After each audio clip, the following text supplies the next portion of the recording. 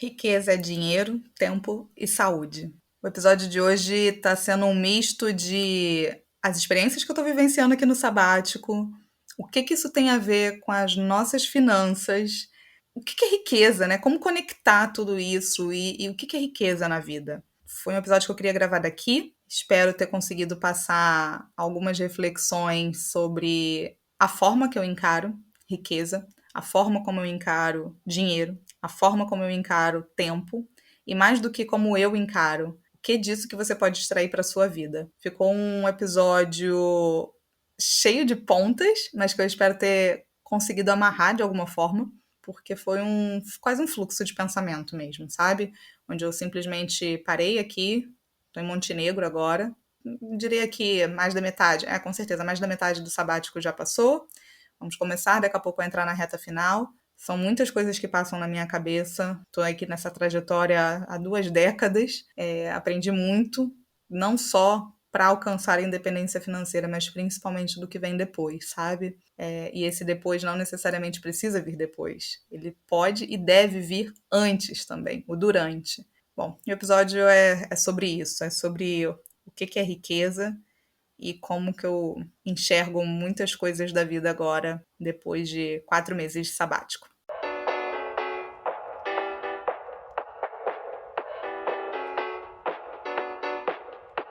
Falar sobre dinheiro é muito mais sobre as nossas escolhas do que sobre matemática. Talvez você deva falar sobre dinheiro, um podcast para quem quer alcançar a independência financeira, feito por uma carioca que já chegou lá e uma paulistana que está no caminho. Eu sou a Vitória Giroto.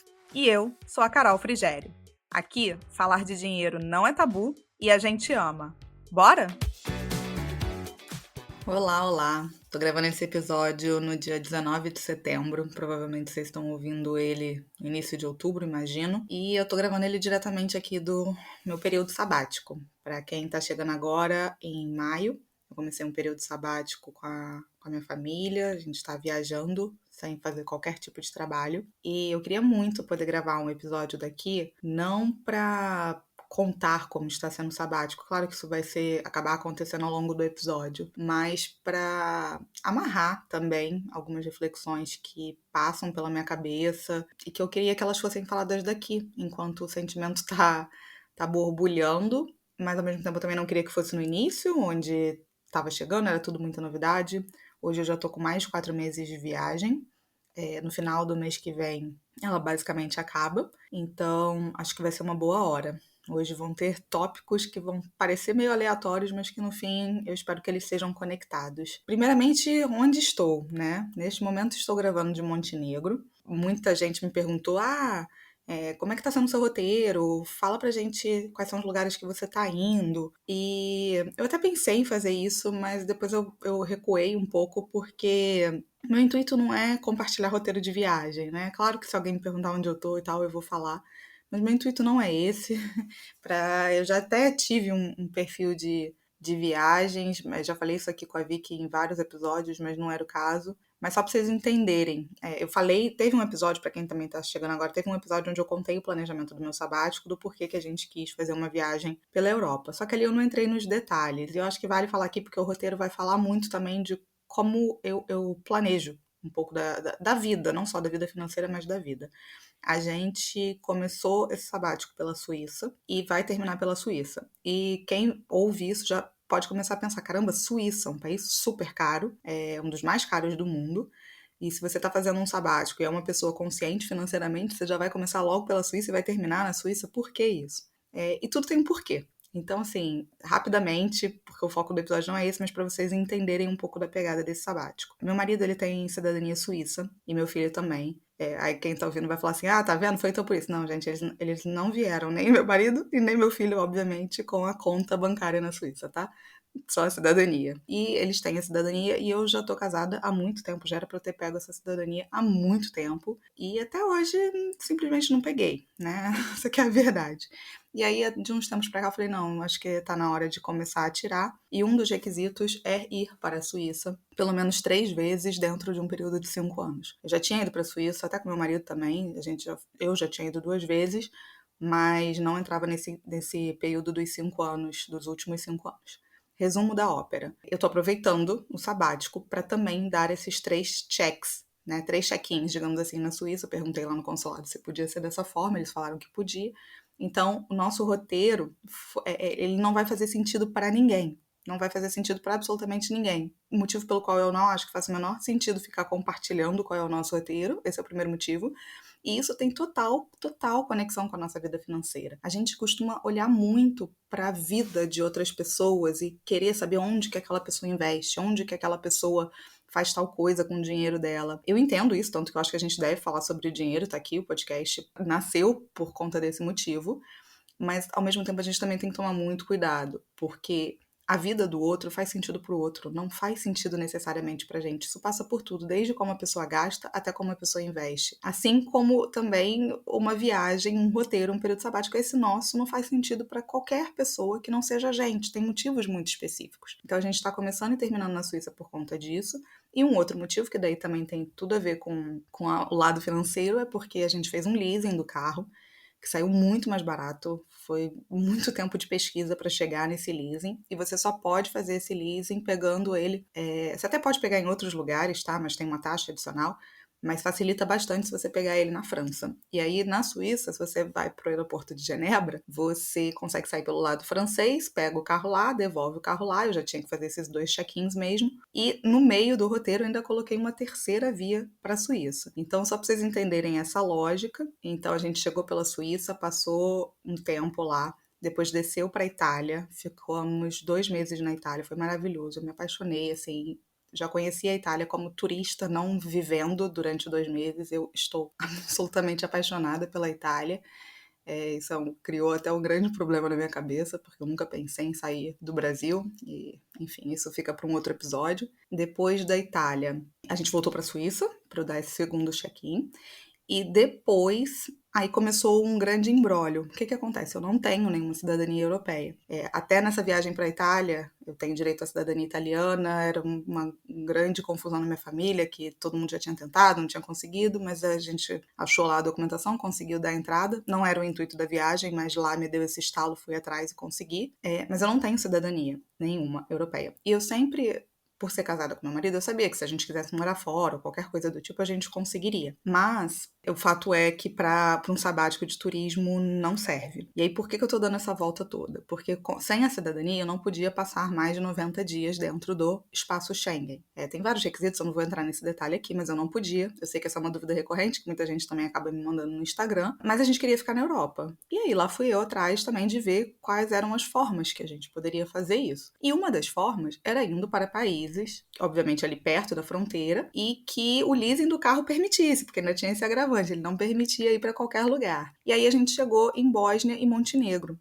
Inicialmente também a ideia era ir para Albânia, mas depois o leasing do carro não permitia, então a gente até pensou em de repente alugar um outro carro, mas aí do ponto de vista financeiro começou a não fazer qualquer sentido, e a gente percebeu que Montenegro, apesar de muito pequenininho, são 600 mil habitantes, tem muita coisa para fazer num país tão pequeno, e ele fica muito fácil. Você roda o país de cabo a rabo em 3, no máximo 4 horas de viagem. Acho que não chegou a isso, assim, as vezes que a gente viajou aqui, saindo de um extremo pro outro. Então tem praia, tem montanha, tem cidades fofas de vilarejos históricos, tem de tudo, inclusive a parte também dos ricaços.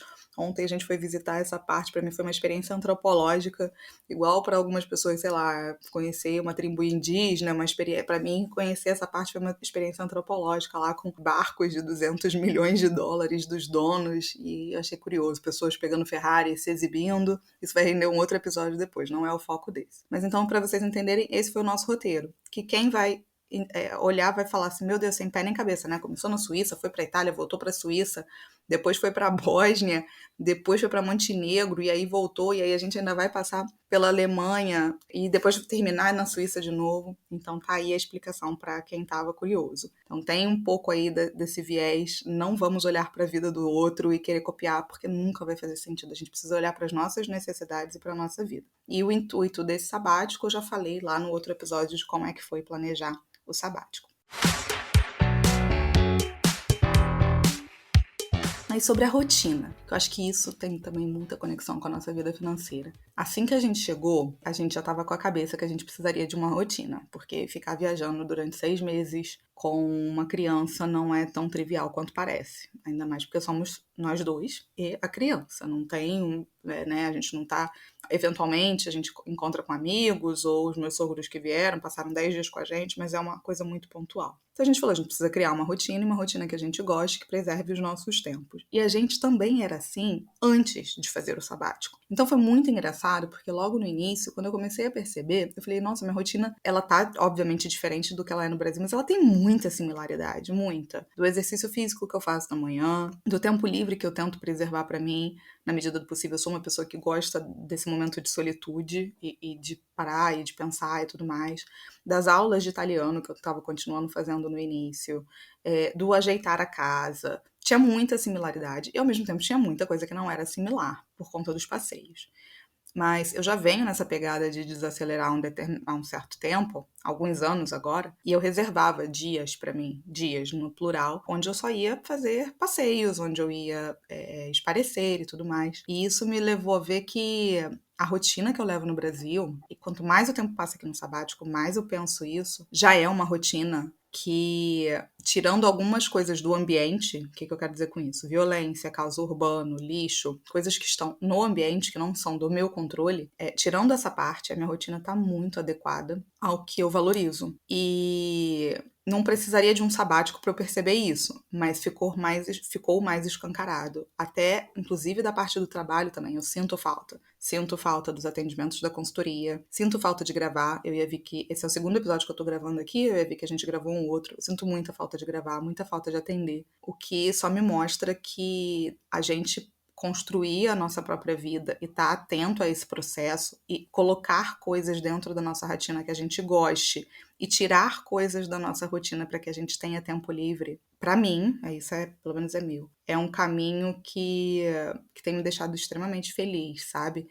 Feliz e com aquele sentimento de que eu tô escolhendo. Óbvio que eu não escolho tudo que vai acontecer na minha vida, mas eu tô escolhendo e as situações que a vida me coloca, né, adiante, eu tô consciente, eu não tô simplesmente vivendo, sabe? E esse desenho da vida não tem como não ter uma parte financeira por trás. Se não vira um romance, se não vira uma utopia, que é, eu vou viver a vida que eu sempre quis, mas com que dinheiro? Com que dinheiro? Então, eu bato nessa tecla aqui desde o primeiro episódio do podcast. Lá no início tem aquele episódio: o que você quer ser quando você envelhecer. Só que eu diria além, né? Não é só o que eu quero ser quando eu envelhecer. É o que eu quero ser daqui a alguns poucos anos, inclusive. Ou o que eu quero ser amanhã, hoje, amanhã, depois, quando eu envelhecer. A gente ter cuidado com o nosso dinheiro, cuidar dessa saúde financeira, ela proporciona tantas coisas boas na nossa vida que quanto mais eu vejo pessoas falando sobre você está se restringindo, né, quando está economizando e tudo mais, eu penso o quanto que aquela pessoa ainda não conseguiu tangibilizar, visualizar tudo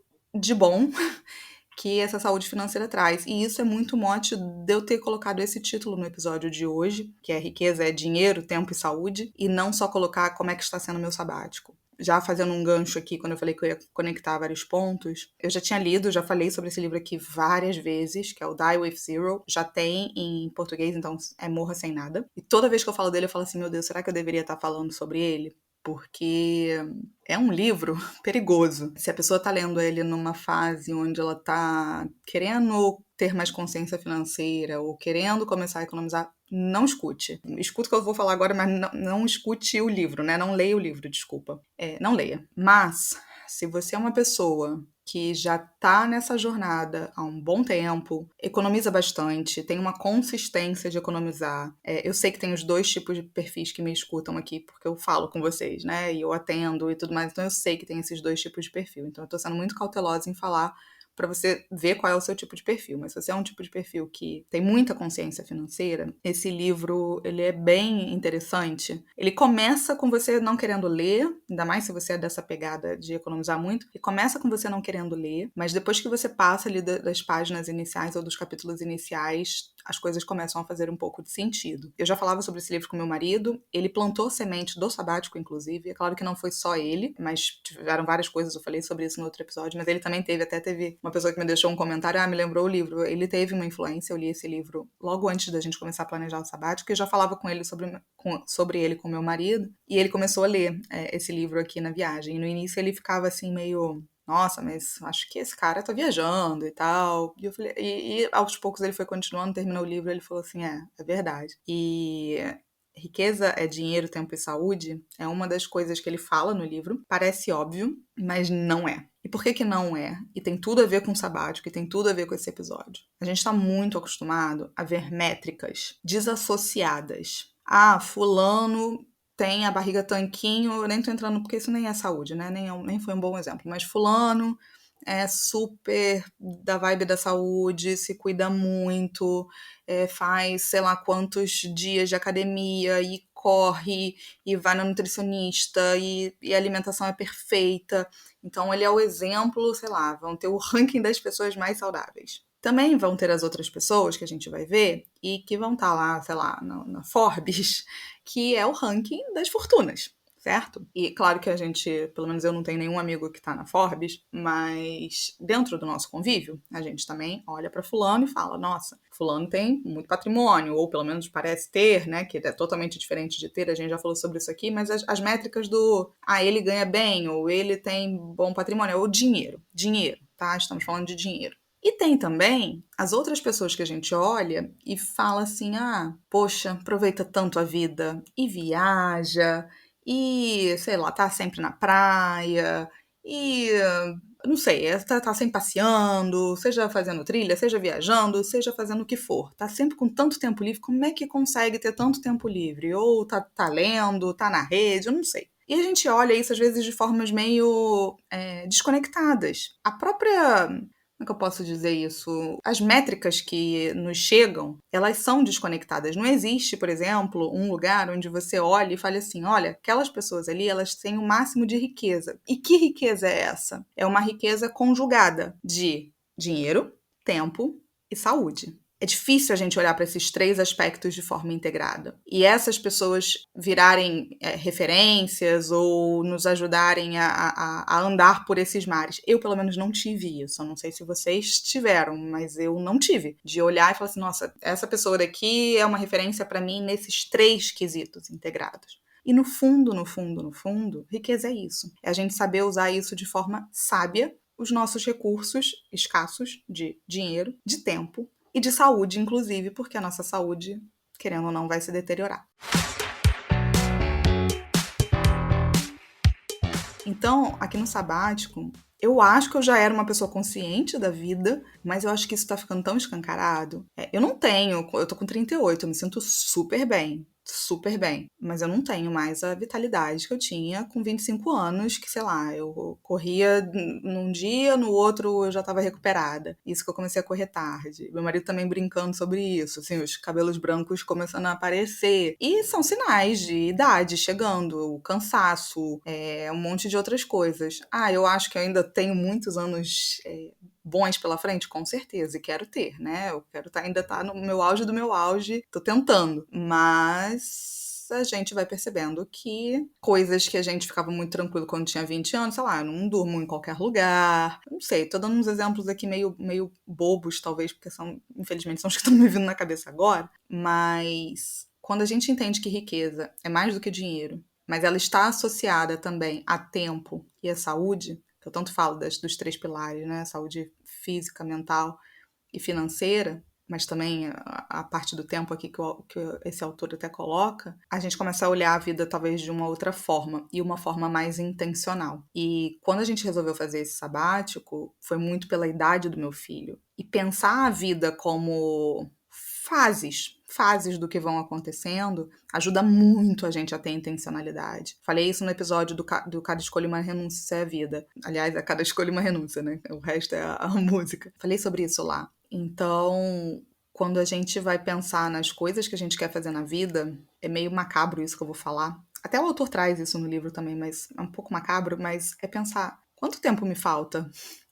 Fazendo uma expectativa média de vida que se eu colocar 90 anos, 80, 100, 110 que seja, eu não sou imortal. Quanto tempo me falta? E isso traz intencionalidade, não só do aproveitar a vida, mas também do dinheiro que eu preciso ter para fazer as coisas que eu quero. Então tudo está integrado. E por isso que eu vou ficar voltando no nome desse episódio, assim, tudo tá integrado. E a gente tá fazendo um sabático agora, eu tenho sempre muito cuidado em falar isso, foi fruto das escolhas do passado. né? Foi fruto das escolhas do passado. E hoje eu tenho plena consciência que não vai ser o único. Não vai. Tá sendo uma experiência muito maravilhosa. Eu tô mais do que nunca convencida de que a nossa família é muito, muito, muito frugal, num nível que não é difícil pra gente. Eu sei que tudo é comparativo, é óbvio, mas perto do ambiente que a gente convive ou das coisas que a gente poderia fazer, a gente sempre escolhe as coisas frugais por natureza. É nosso, é fácil. É um músculo que a gente tem trabalhado durante literalmente décadas. Eu tô com meu marido há 20 anos. Então, é nosso. E a gente é feliz assim. Então, eu tenho muito. A gente tá gastando menos do que a gente tinha estimado. Vou chegar nessa parte também, tá? De como que a gente tá fazendo a nossa gestão financeira. Mas é nosso. E eu tenho certeza que a gente consegue fazer vários outros. Então, eu já tô aqui, assim, nesse desenho da vida. Ok. Me perguntaram: você pretende viver como uma nômade? Cada hora em um lugar? De jeito nenhum. Não daria certo com isso. Pra mim, é um projeto de início, meio e fim. E eu volto pra minha rotina, que pra mim é um processo. Mas isso de ficar mudando toda hora, o tempo todo, não. 6 meses tá de bom tamanho. Mas eu quero mais. Só que talvez daqui a 5 anos eu faça um outro. Mas como é que vai fazer com o filho? Tem outras formas de fazer. Minha cabeça já abriu muito com relação a isso. Depois, quando meu filho já estiver na faculdade, eu vou fazer só eu e meu marido. E tem várias formas. E eu enxergo muito a vida como fases. Então, eu quero fazer mais. Senão, não vai ser o único. Pelo menos eu não pretendo. E aí, a nossa rotina aqui, que a gente tentou mais ou menos estruturar, mas ela vai mudando muito. O que a gente tenta preservar, uma manhã livre para um, uma manhã livre para o outro, a gente alterna. Um coloca o filho para dormir num dia, o outro coloca no outro, a gente também alterna. E na parte das brincadeiras, talvez algumas mães vão me entender, eu sou muito boa de estar junto, de planejar as coisas, né? Meu marido senta no carro e fala assim, pra onde vamos? Porque ele já falou assim, eu prefiro que você faça essa parte, eu não gosto de ficar procurando qual é o lugar que a gente vai. Isso dá trabalho. Eu gosto dessa parte. Agora, o ato de... Meu filho gosta de brincar de carrinho, jogar futebol, e aí todo o resto que eu vou introduzindo. O jogo da memória ele gosta também, quebra-cabeça, de desenhar. Toda essa parte eu adoro brincar com ele. Mas a coisa do carrinho e do futebol até ainda consigo ser melhor do que o carrinho, porque o carrinho eu não consigo ter imaginação pra brincar de carrinho. E ele ama. Então, claro, ontem mesmo tava brincando de carrinho com ele, mas eu tenho que fazer um esforço hercúleo pra conseguir brincar de carrinho. Pra mim é muito difícil. E meu marido, ele tem um talento nato com crianças que eu brinco com ele, que ele pode ser recreador, pode ser coach de futebol infantil, ele pode ser o que for, que ele vai ser um sucesso, porque ele tem um imã que atrai todas as crianças, é natural dele, ele ama, e ele é muito bom de brincar. E isso, às vezes, acaba demandando mais ele, né? Porque meu filho não tá na escola aqui, então ele tá brincando, ele quer brincar. E aí eu diria que é o ponto que hoje tá um pouco desbalanceado, se a gente fosse pensar assim. Eu sei que muitas mães falam o contrário, mas o meu marido, pelo contrário, assim, se eu fosse falar que tá desbalanceado, é que eu acho que meu filho puxa muito ele. Claro que tem toda a parte, essa carga mental de planejamento, etc., que também pega e não fica tão tangibilizado, mas quis falar isso aqui um pouco porque às vezes as pessoas pensam, como é que a sua rotina é tranquila, como é que você tem tempo pra você? Eu tenho tempo pra mim porque tem uma pessoa do meu lado que chega junto em todos os momentos. E eu não vejo a minha vida sendo diferente disso. E imagino quão difícil é para quem não tem uma estrutura familiar onde as duas partes conseguem estar presentes na educação, que é uma coisa que pra gente é muito importante. E que tanto eu quanto ele fizemos movimentos de vida para isso, né? Para estar presente, para estar junto. Inclusive, se agora eu tô podendo gravar esse podcast e tudo mais, é porque tem uma outra pessoa aqui junto comigo. Então, eu queria passar um pouco desses bastidores, porque apesar daqui também ser um recorte, porque eu tô falando por poucos minutos, acho que a intenção não é só das finanças, de como a gente vai levar, do tempo, como a gente vai gastar, mas de quem são as pessoas que estão com a gente. Isso faz muita diferença na nossa vida. Diria que foi uma das escolhas mais importantes para mim. Foi me casar com quem eu me casei. Agora, quem tá ouvindo do outro lado, eu tenho certeza, tem pessoas que estão em N situações, nada na vida é definitivo. Quem disse que se alguma coisa que a gente escolheu der muito errado, a gente precisa estar amarrado com ela para sempre. Então, não tô querendo falar isso no sentido de, você escolheu, agora segue assim pro resto da vida, mas é muito importante. Eu acho que às vezes a gente também menospreza essa parte da vida, sabe? A gente acha que a outra parte não é tão importante assim, a gente vai dar conta de tudo.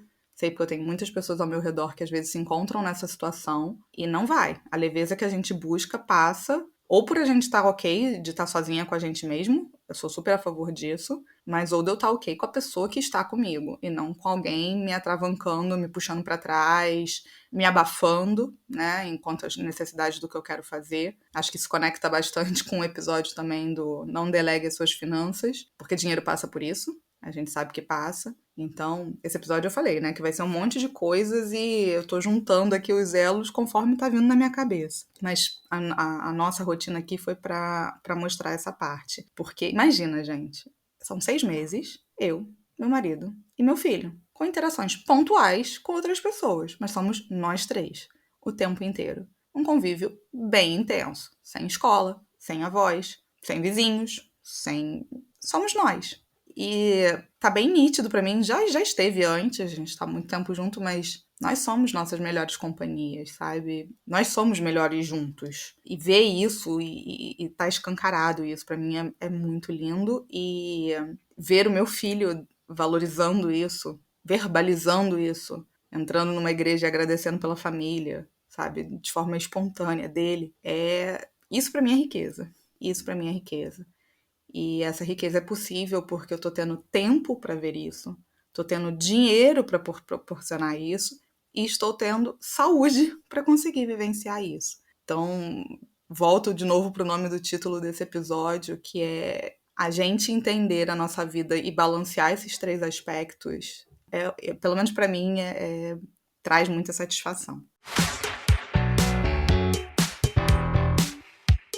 Sobre sentir falta, do que a gente tá sentindo falta. Aí eu vou falar por mim, né? Meu marido não tá gravando aqui comigo, ele não gosta de aparecer, mas eu tô sentindo bem menos falta do que eu imaginei que eu fosse sentir. Eu sei que minha mãe e meu pai agora vão ficar quicando lá, falando assim, meu Deus, mas não são das pessoas a gente sente falta, mas acho que como a gente tem um prazo, eu sei que eu vou matar a saudade quando eu voltar, mas eu não tô sentindo tanta falta do ambiente. E eu sou uma pessoa, eu moro no Rio de Janeiro, e eu sempre gostei muito da cidade. Eu sei que tem muitos problemas, nunca fechei os olhos pra isso, mas eu sempre gostei muito da cidade. Continuo gostando e continuo achando a cidade mais linda do mundo. Mas não sei se eu tô ficando velha, o ambiente já começa a me incomodar bastante. E eu acho que depois que a gente experimenta a sensação de segurança e de liberdade, de poder andar na rua sem medo, de encontrar pracinha limpa e sem ninguém, e sem medo de ser roubado, é uma sensação que é difícil de abdicar. Então dizem que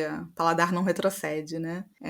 O meu paladar, ele é um paladar bem simples, que bom, e eu quero cultivar esse paladar simples, acho isso um trunfo na minha vida, e não um problema, acho realmente um trunfo, mas com relação a essa parte, isso pra mim vai pegar.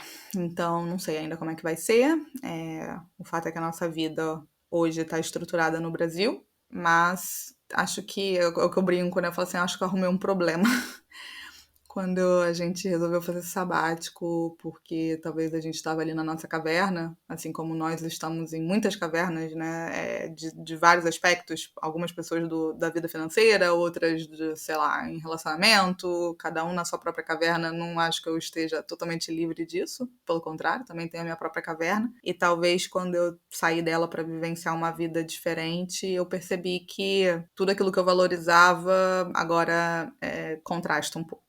Então, esse vai ser um dilema que teremos quando voltar, mas por enquanto voltaremos e vamos esperar, porque é por isso que eu tô gravando esse episódio daqui, né? Uma coisa é você estar aqui, outra coisa é você ter voltado. A cabeça muda também pros dois lados, mas eu queria que eternizar um pouco esses pensamentos que estão passando na minha cabeça. E agora 2 pontos para ir encaminhando aqui pro final desse monólogo que é hoje. A Vi que faz falta aqui. Eu vou terminar falando de como que eu tô fazendo a gestão financeira, mas uma coisa também que ficou bem evidente pra mim, que acho que a gente só consegue perceber, eu já vinha percebendo isso no Brasil, mas é que tá mais evidente ainda, é que eu tenho muita, muita, muita dificuldade para desacelerar. Meu marido que brinca, assim, porque brinca e às vezes briga também, né, comigo, que é você não para quieta. E eu já vinha percebendo isso porque quando eu fiz o movimento de desacelerar, minha carreira, larguei meu cargo, tal, reduzi a jornada, tirei licença, né, aquela escadinha toda de desaceleração, eu sempre enfiava muita coisa nos momentos vagos, até que teve um dia que eu me obriguei Acho que não sei se eu já falei isso ou não, mas eu me obriguei literalmente a ter um dia livre. E depois eu expandi isso aos poucos. E eu obrigar, gente, é quase uma obrigação mesmo, onde eu bloqueava a agenda, aquilo ali não deixava acontecer nada. E eu comecei a perceber que se eu ficasse em casa, eu arrumava coisa pra fazer. Então eu não conseguia simplesmente relaxar e ler um livro no meio da tarde. Eu conseguia fazer isso de noite, mas no meio da tarde não. Então o que eu fazia? Eu saía de casa, saía. Vou pra praia, vou fazer uma trilha, vou almoçar com alguém, aí eu conseguia desacelerar no sentido de não querer produzir nada. Mas não desacelerar, e muitas vezes até sozinha também, mas não desacelerar no sentido de não sei o que eu vou fazer nada, ou vou fazer uma coisa, sei lá, vou até ver uma série. Tinha essa dificuldade. E no sabático, eu achei que isso fosse melhorar um pouco. E eu percebi que não melhorou. Por quê? Primeiro, como a gente tá com meu filho, como eu disse, é uma criança, tem 4 anos. Só isso já demanda, mesmo que eu quisesse, às vezes eu quero até colocar os pés pro alto, não dá. E, só que, ué, Carol, você não falou que vocês se revezam? É, a gente se reveza. Então, tem os períodos, né? Todo santo dia, claro. Que tá a família toda. A gente tenta fazer, sei lá, parte da tarde a gente sai, como nós três. E a parte da manhã a gente tenta revezar. Um dia é meu, um dia é do meu marido livre, e na parte da noite a gente tá junto e só reveza pra colocar pra dormir. Mas não é uma coisa que toma muito tempo. Meu filho dorme relativamente rápido. E na parte da manhã, quando eu tô livre, eu vou correr. E depois, o que eu vou fazer? Quando eu vejo, eu tô fazendo alguma coisa. Ou eu tô procurando os documentos da cidadania quando eu tava na Itália, que me deu um trabalhão. Ou eu tô vendo escola pro meu filho, tipo, pra quando voltar, ele vai voltar pra mesma, mas daqui a pouco tá na hora de mudar de escola e eu tô vendo isso e não precisava estar vendo daqui, eu poderia esperar um pouco mais. Ou eu tô vendo coisa pro podcast, ou eu tô lendo muito sobre finanças, mas aí eu já considero quase como. É muito difícil pra mim isso, porque é um misto de hobby com trabalho, né? Porque eu gosto de ler sobre esse assunto. Então eu tô lendo, ou eu tô. E assim, é difícil pra mim ficar simplesmente sem fazer nada. Tô evoluindo nisso. Acho que o livro da Sociedade do Cansaço foi um livro que me marcou muito, porque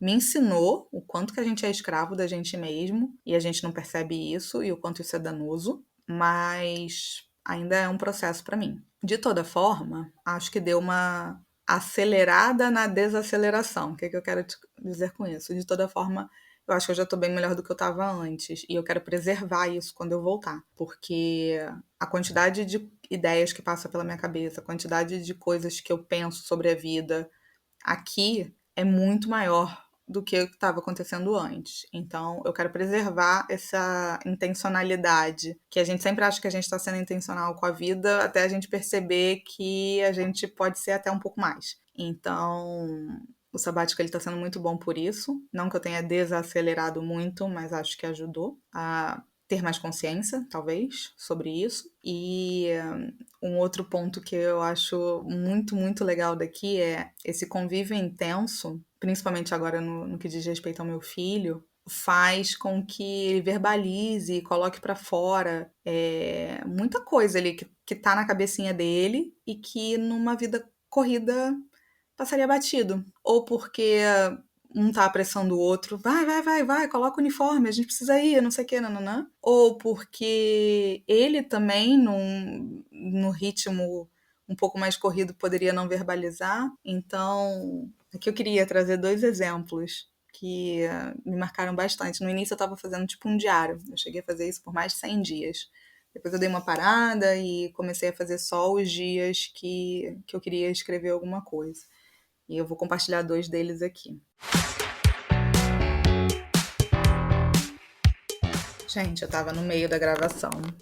Se vocês estão ouvindo esse episódio hoje é porque deu tudo certo no final. Caiu um dilúvio e só ouvia barulho de trovão, que eu falei, meu Deus, não tem condições de continuar gravando. A Anny vai ter que fazer um milagre aqui hoje pra deixar esse episódio... Porque eu não tô com microfone, não tô com nada, né? Mas, enfim, vamos que vamos. O que eu tava falando sobre o meu filho, tiveram várias situações que eu anotei, mas vou compartilhar aqui 2, que uma foi num dia que a gente tava na Toscana e depois a gente teve um dia agradável e a gente estava indo pro estacionamento do carro. Foi inclusive num dia que eu fiz aniversário de casamento com meu marido, 12 anos de casado. E a gente foi jantar, nós 3. E quando a gente chegou no estacionamento, ele virou pra gente e falou assim, de forma totalmente espontânea. Eu tava abrindo o carro pra ele entrar, ele virou e falou o seguinte: eu tô muito feliz hoje. E é muito fofo você ver uma criança expressar sentimentos com palavras, né? E não só com sorrisos e com choro, mas com palavras. E ele falou, com todas as letras, eu estou muito feliz hoje. E a gente virou pra ele e falou, e eu virei pra ele e falei assim, filho, não sei se vocês estão ouvindo aí o trovão, mas vamos lá. Por que você tá feliz? E ele falou, porque eu quero agradecer ao Papai do Céu, porque eu me comportei muito bem hoje. E a gente falou, nossa, a gente também tá muito feliz, a gente ama muito. E ele virou pra gente e falou assim: vocês estão me deixando emocionado. E você via na carinha dele que ele tava falando aquilo muito, muito, muito feliz. Assim, eu e meu marido, a gente, obviamente, aí a gente ficou emocionado, com lágrimas nos olhos, e falamos que, enfim, a gente amava ele e tal. A gente fala isso todo dia, mas aquele foi um sentimento. A gente estava literalmente no estacionamento, um estacionamento escuro. E ele falando aquilo, e ele virou pra gente e falou o seguinte: olha a conversa, né? Vocês estão sendo muito gentis. Aí não adianta. Aí eu e meu marido começaram a rir, porque foi engraçado. E na hora o estacionamento, a luz acendeu. Assim, por acaso, acho que deu a hora, o estacionamento acendeu. E ele falou: olha, o Papai do Céu também tá feliz e até trouxe luz pra gente. Cabecinha dele de criança. E aquilo, nossa, gente, assim, ouvindo, talvez agora esteja ouvindo, esteja nem, sabe, nem aí, porque eu só acho que talvez, sei lá, não sei, talvez seja uma coisa de mãe. Mas aquela cena de tanta conexão familiar e do meu filho expressando os sentimentos e da educação, tudo, tudo, tudo. Eu não tenho nenhuma religião específica, mas eu acredito em Deus. É uma coisa minha, né? Eu não sei, a conexão que tava ali foi uma coisa muito especial. E um outro que foi completamente diferente desse, tiveram até duas, mas eu vou citar rapidamente. Um dia foi ele me perguntando: mamãe, o que você faz, né? Qual a sua profissão? E eu falei pra ele: sou planejadora financeira.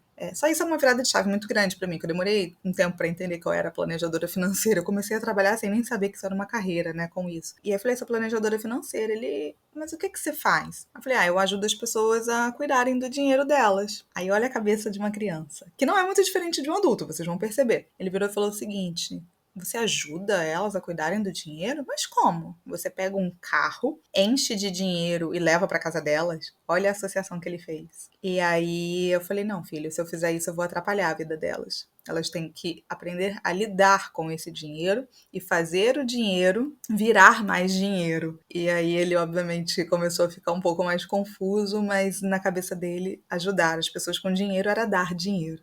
E quantas vezes a gente também não pensa isso, né? Que a minha vida vai se solucionar se eu ganhar mais dinheiro. E não é assim, não é chegando um caminhão na sua casa de dinheiro que a sua vida financeira vai estar resolvida. Isso eu espero poder explicar para ele um pouco quando ele estiver mais velho, apesar de que esse sabático está sendo um intensivão para ele sobre esse assunto também. E a última, que também, olha que especial. E esses momentos, gente, são momentos que a gente poderia estar vivendo tranquilamente no Brasil, mas que a correria do dia a dia tira um pouco, né?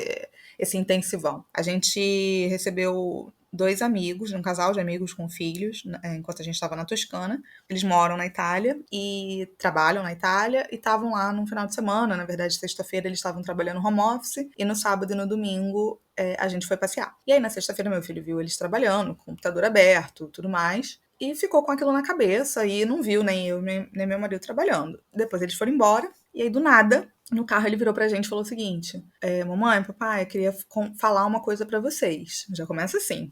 Quero falar uma coisa pra vocês. A gente: tá bom, fala. Não, mas é uma coisa séria. Aí eu falei: fala. Aí ele: quando a gente voltar pro Brasil, eu vou deixar vocês trabalharem, tá? Aí eu falei: como assim vai deixar a gente trabalhar? A gente trabalhava antes, tá tudo certo. Ele: não, mas é porque aqui eu sei que vocês estão comigo o tempo todo e vocês não estão podendo trabalhar. Mas quando a gente voltar pro Brasil, vocês voltam a trabalhar. E a gente não tava entendendo aquela conversa. E a gente falou: mas por que você tá falando isso? Aí ele falou assim: não, porque eu acho que vocês precisam trabalhar pra gente poder ter dinheiro. Ele tava, no fundo, ele tava preocupado. Do tipo, dele ter visto outras pessoas trabalhando e os pais não estavam trabalhando, então como que aquilo ia se manter? E isso é uma coisa que muita gente fala: eu nunca pararia de trabalhar cedo porque eu conto que isso, como que vai ser para os meus filhos? E isso, confesso que nunca foi uma preocupação minha. Nunca foi. Porque isso é uma conversa que tem que se ter, na minha opinião, né?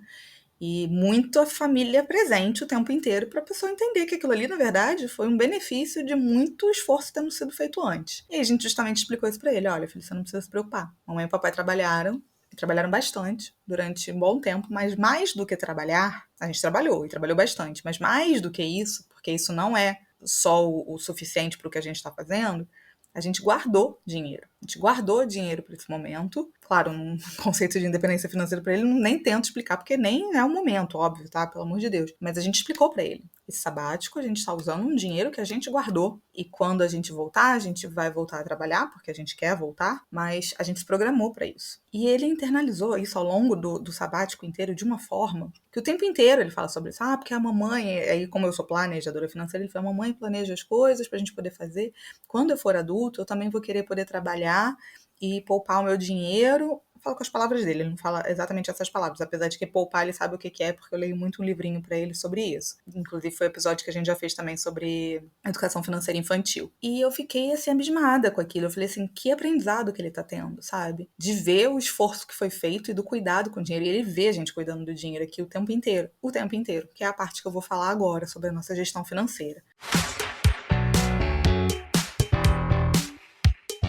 Aqui, no sabático, como é que tá sendo? Primeiro que a gente planejou o quanto custaria esse sabático. A gente não veio para cá com uma vaga ideia do quanto custaria. A gente veio para cá com um planejamento detalhado, muito bem feito, de início, meio e fim.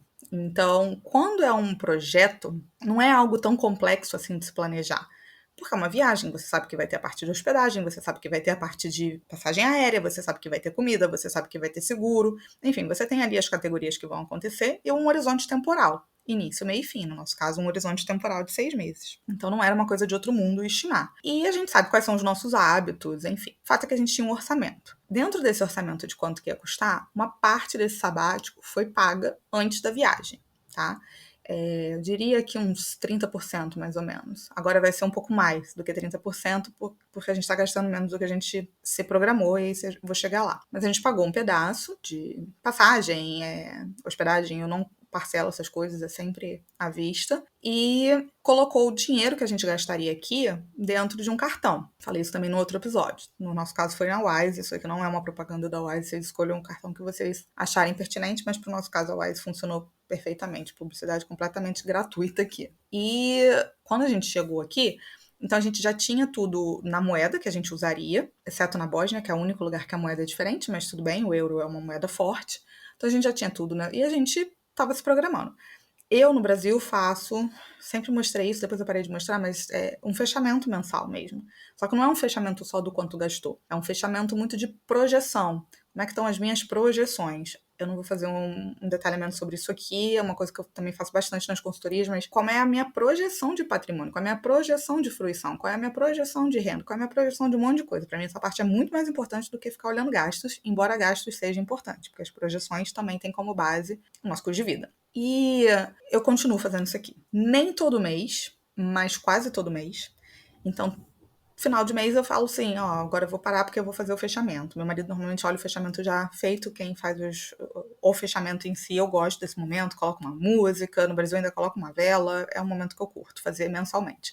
Não fiz todos os meses, mas a gente adotou um conceito de média-dia. Além de eu estar fazendo as categorias, e aí eu quero fazer essas categorias porque eu quero ter essa base de dados depois, aí é base de dados mesmo, para saber quanto que custou a nossa vida aqui e tudo mais, isso para outros fins, mas o mais importante, se eu simplesmente tivesse a 100% certeza que eu nunca mais vou fazer um sabático na minha vida, tanto faz qual foi o custo em cada categoria. O mais importante para a gente estar gerenciando isso aqui seria um conceito de média-dia, que é um conceito muito útil em viagens também, mas num sabático muito maior, porque o período é maior. Então, se eu estipulei que eu ia gastar, vou falar um número aleatório, $100 por dia de gastos, considerando tudo. Aí tá tudo no buraco, você só divide o quanto que eu gastei pela quantidade de dias, eu tenho esse conceito de média-dia.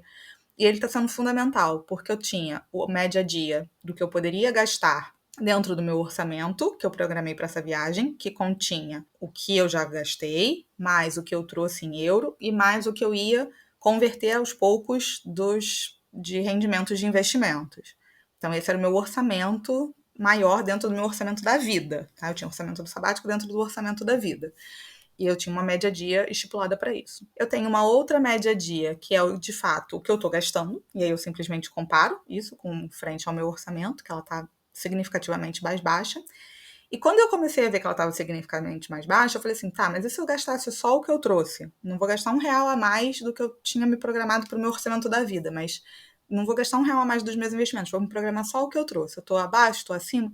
Fiz esse média-dia também do quanto que seria se eu estivesse gastando só os euros que eu trouxe. E ainda assim a gente também está abaixo. O que isso tem me ensinado de fazer esse fechamento de gastos mesmo da viagem? Daqui a pouco eu falo da parte dos investimentos. Isso tem me ensinado que, como eu disse, a gente é muito frugal. É natural nosso, eu ainda não consigo. Eu chego no supermercado, eu compro o que eu quero. Eu já consigo fazer isso e eu acho que bom, mas eu não consigo simplesmente colocar sem olhar o preço, por exemplo.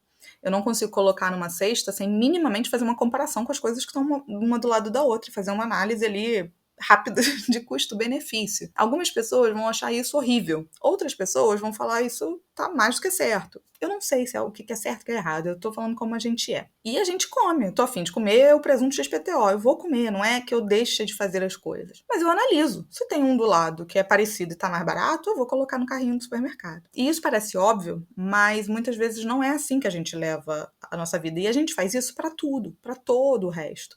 Se eu estou com muita vontade de fazer alguma coisa, eu vou fazer tal coisa. Mas eu, antes de fazer a coisa, eu comparo um pouco as opções. Não é que a gente gaste um tempo, é quase que intuitivo, sei lá. Você vai escolher sua roupa, você escolhe entre opções, entendeu? Você não veste a primeira coisa que pulou do armário. Você, sei lá, você parou um segundo e refletiu. É a mesma coisa. Então não é que me demande. É naturalmente assim. E isso faz com que acho que a gente faça escolhas um pouco mais conscientes ali do dia a dia. Esse é um ponto. O segundo ponto. Não tem jeito. Os nossos programas preferidos são programas gratuitos. E isso é nosso. A gente gosta de trilha, a gente gosta de praia, a gente gosta de caminhar ao ar livre, ver as coisas. A gente gosta disso. Não adianta. Então, que bom que a gente gosta disso. Então, eu não vou lutar contra essa essência que, para mim, é maravilhosa. Isso faz com que a gente também gaste menos. Deixa eu pensar aqui em outras coisas. As nossas estadias, na minha opinião, estão muito boas, acima do que a gente precisa. Precisa no sentido de precisar, mas aderente ao que a gente quer. Que é ter uma vista bonita, tá numa localização muito boa. Então, assim, isso para mim tá sendo um luxo que eu tô pagando feliz e contente, mas eu tenho plena noção de que isso é até mais do que o que eu preciso. E isso só me faz ver o quão frugal a gente é nesse sentido. O carro, que eu já falei num outro episódio também com a Vicky, até que foi o outro episódio que eu gravei daqui.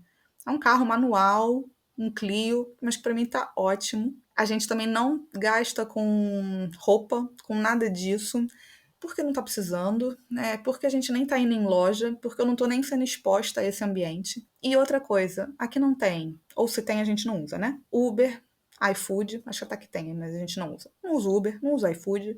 Não tenho Amazon para entregar na minha casa e comprar um negócio ali rápido que eu acho que eu preciso, mas no fundo eu não preciso. Isso fez cair drasticamente nossos gastos. Então, assim, eu hoje percebo que, na verdade, dá para eu viver com menos ainda. E isso, para uns, vai ser limitador, mas para mim é libertador. É libertador. Ver que eu tô na Europa, gastando em euro, e tô vivendo muito bem e com um custo de vida até abaixo do que eu tenho no Brasil. Claro, aqui não tem escola e tal, mas assim, e sendo muito feliz, sabe? Então, na gestão financeira de fazer esse acompanhamento, para mim é bom, porque enquanto uns vão achar que isso é uma prisão, para mim eu vejo o quanto eu tô tranquila. No fundo é sobre isso, o quanto eu tô tranquila.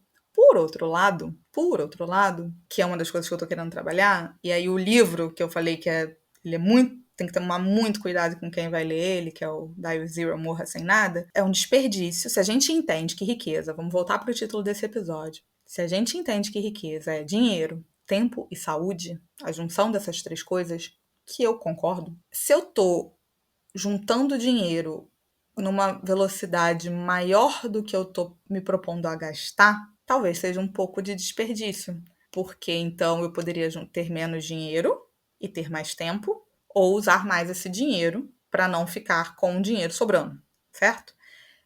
Não sei se foi fácil aqui o raciocínio, porque eu quero fazer depois um episódio só sobre o livro, mas às vezes trago um conceito que está muito claro na minha cabeça, porque eu li alguma coisa, mas eu espero que tenha sido compreendida, que é claro, é aquela metáfora do ser o mais rico do cemitério, não faz o menor sentido. Então, isso é uma coisa que eu sei que não vai conectar com todo mundo, porque pode ser um pouco de, que problema ridículo você falar que tem dificuldade para gastar o seu dinheiro. Mas eu vejo isso como um problema. Porque eu fico nesse dilema, mas eu tô feliz, por que eu preciso gastar mais? Então por que eu tô preocupada ainda em ter né, em preservar o patrimônio? Eu tenho que estar preocupada sempre, mas talvez não devesse ganhar mais R$ 1, então, eu não sei. Só que ao mesmo tempo eu gosto de me sentir produtiva, eu gosto de ganhar dinheiro.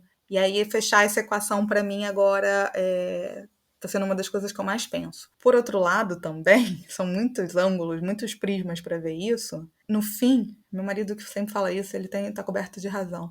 No fim é sobre poder de escolha. Queremos fazer um sabático, podemos fazer um sabático. Queremos trabalhar, podemos trabalhar da forma como queremos. É claro que a gente não vai ter tudo do jeito que a gente quer, tá, gente? Sei lá, eu quero fazer um sabático nos bangalôs das Maldivas, vamos supor que eu quisesse, não dá. Mas o ponto é sobre ter poder de escolha. Então, juntando tudo isso, eu tenho o poder de escolha de usar o meu dinheiro para ter mais tempo no momento de vida da minha saúde, que eu acho que faz sentido agora. De poder parar e me dar o luxo de ficar com meu filho de 4 anos durante 6 meses viajando, porque o nosso bem mais valioso pra gente é a nossa família. E tá tudo bem, eu volto a trabalhar, trabalho, paro, faço outra coisa, o dinheiro tá me servindo, o tempo eu tô usando com sabedoria e a saúde eu também tô cuidando para que eu possa desfrutar, porque sem saúde a gente não é nada. Então, tá preocupada com essas interconexões é algo que eu quero desenvolver cada vez mais. Eu acho que durante um momento da minha vida eu me preocupei muito com a parte do dinheiro para poder ter tempo, sendo que agora eu acho que eu tenho que conciliar melhor essas duas coisas, porque o tempo ele é finito e se eu ficar nessa preocupada com o dinheiro mais do que qualquer outro aspecto, que eu acho que já desapeguei disso há um bom tempo, já tem uns bons anos que eu sou preocupada com isso, mas acho que isso agora potencializou ainda mais, assim, de ter muita... No fim do dia, não é só sobre gestão financeira, é sobre gestão de tempo.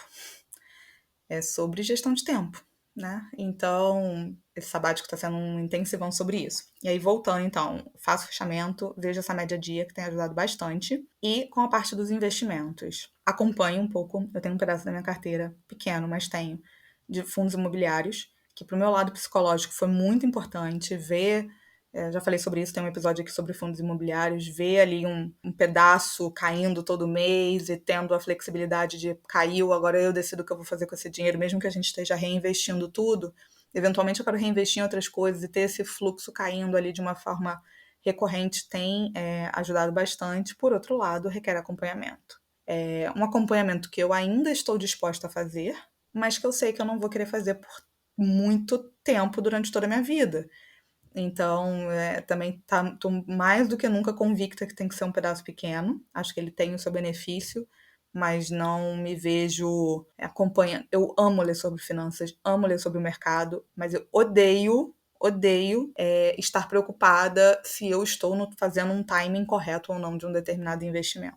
Eu odeio essa sensação. Então, ter uma carteira mais passiva, tanto no Brasil quanto no exterior, é o meu estilo, e isso está ainda mais claro aqui dentro do sabático. E agora, cada vez mais preocupada em fazer uma otimização que esse patrimônio seja de fato usufruído. E aí tem uma questão de herança também, isso pode até render um episódio específico sobre o que eu penso sobre herança, porque eu não sou contra deixar herança, muito pelo contrário, eu acho extremamente benéfico. Mas eu sou a favor, aí eu já vou entrar numa derivada da derivada, né? Mas eu sou a favor disso ser passado num momento que efetivamente seja bom para as duas partes. E achar esse momento ótimo não é trivial e eu normalmente tendo a achar que não é no final de vida de quem morre. Mas são o departamento, quem lê o livro provavelmente já vai entender como eu penso, porque eu penso de forma bem alinhada ao autor nesse aspecto. Então, os investimentos aqui, a gente continua olhando, porque os vencimentos acontecem de determinados investimentos, o fluxo do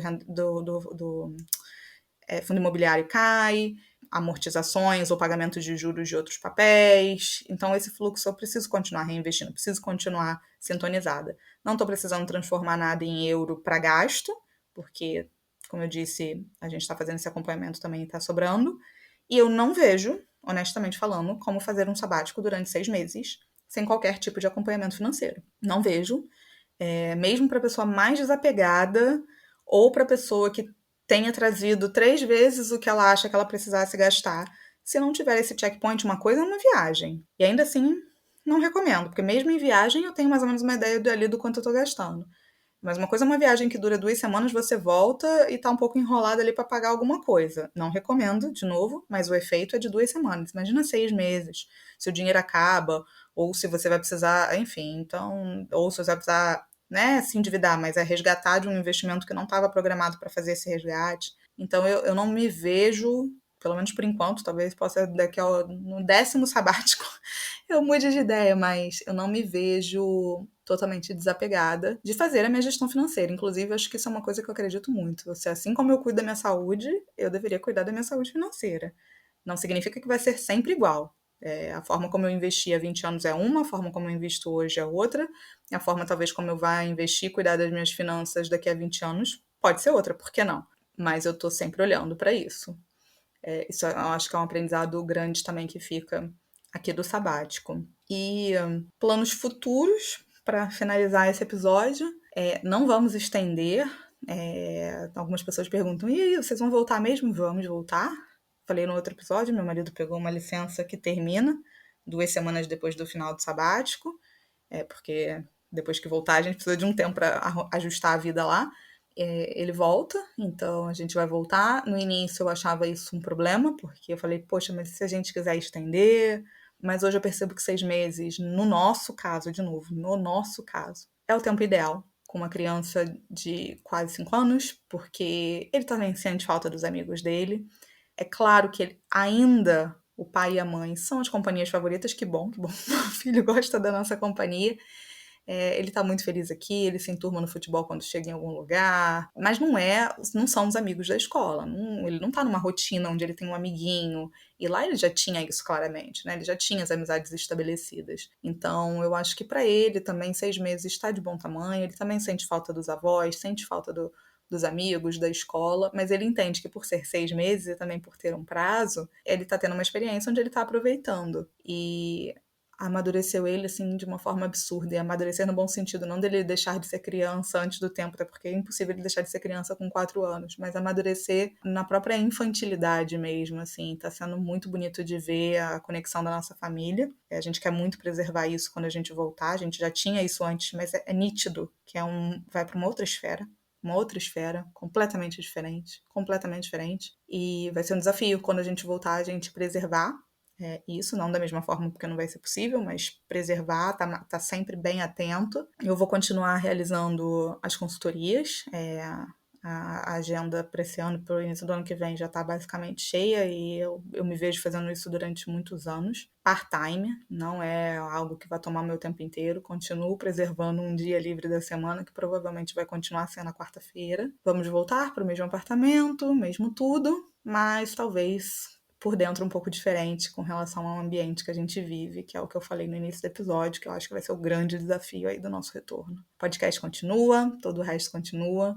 Ficou mais do que nítido que eu sou muito feliz com a rotina que eu construí lá e que eu pretendo continuar depois que eu voltar. Esses são os planos. Espero que tenha sido um episódio. Às vezes me dá uma sensação de que foi um pouco ficar falando sobre mim. Qual é o interesse que as pessoas têm de eu ficar falando sobre mim? Mas eu tentei fazer de uma forma que o sobre mim vire para quem tá ouvindo um sobre você. O que você eventualmente possa tirar aqui de reflexão, e eu acho que só o título desse episódio já ajuda bastante a refletir sobre o que é riqueza. No fim do dia, não é um conceito monetário, não é um conceito de ranking da Forbes, não é um conceito de quem atingiu a maior pontuação do sono num aplicativo.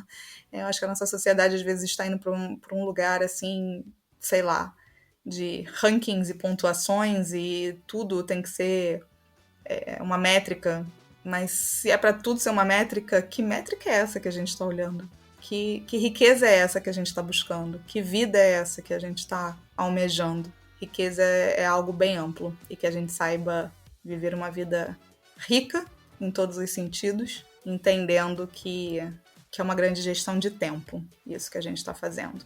E que dinheiro é uma peça e não deixa de ser uma peça fundamental dentro dessa gestão. Bom, por hoje é isso e até daqui a 15 dias. Se você gosta aqui do podcast, avalie a gente com 5 estrelas, segue, compartilha para alguém que você acha que possa ser útil, porque ajuda bastante. Um beijo grande e até já!